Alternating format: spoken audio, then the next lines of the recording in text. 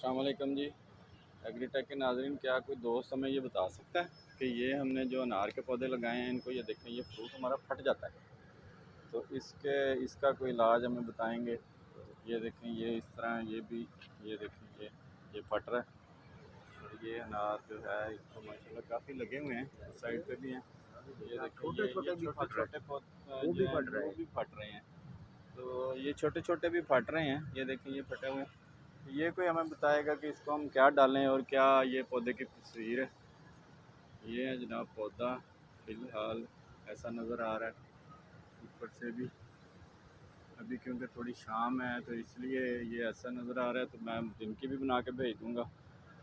ख़ासकर अपने ज़राअत से मुतल्लिक़ जो दोस्त हैं उनसे गुजारिश है कि इसके बारे में ज़रा बताएं मुझे कि क्या ये प्रॉब्लम है, तो ताकि इसको हम उस हिसाब से केयर कर सकें।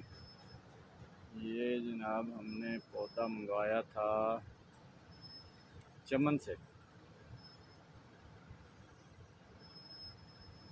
जी हाँ, ये चमन से पौधा मंगवाया था, ये वाला, और वो इसके साथ वो दूसरी साइड पे खड़ा है एक और, ये वाला। ये दोनों पौधे चमन से मंगवाए हुए हैं।